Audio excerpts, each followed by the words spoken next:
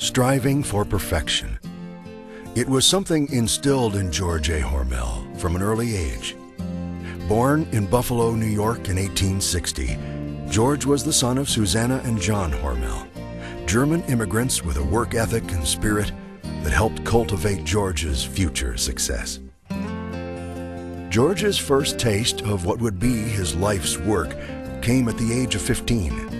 He boarded a train and headed to Chicago to work at his uncle's packing house market, where they sold surplus meat products.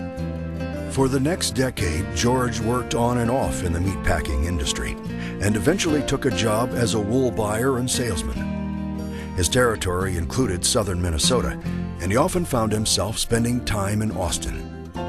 It was during one of these stays that George and a partner purchased a local butcher and processing shop. George ultimately bought out his partner, and in November of 1891, George A. Hormel and Company was born. This marked the beginning of what would become one of the world's most respected and innovative food manufacturers. Originate, don't imitate, was a philosophy handed down from George's father, and he took it to heart. Hormel was the originator of the first Canadian-style bacon product, and in 1926 revolutionized the food industry with the introduction of the first canned hams.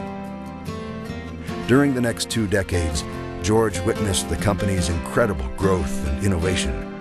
In 1937, Hormel began manufacturing a product that would eventually become a cultural icon. To this day, Spam luncheon meat is as American as apple pie. George A. Hormel passed in June of 1946 at the age of 85. But by this time, the success of his company was all but assured. The values and principles that he instilled from the beginning continue to this day. You have to consider that George A. Hormel is the founder of this company, just like George Washington is the founder of the country. And the founder is the one who sets the original template, who sets out the culture. Things that George A. and his son Jay have built and who have left us with a legacy that is probably unduplicated in America today.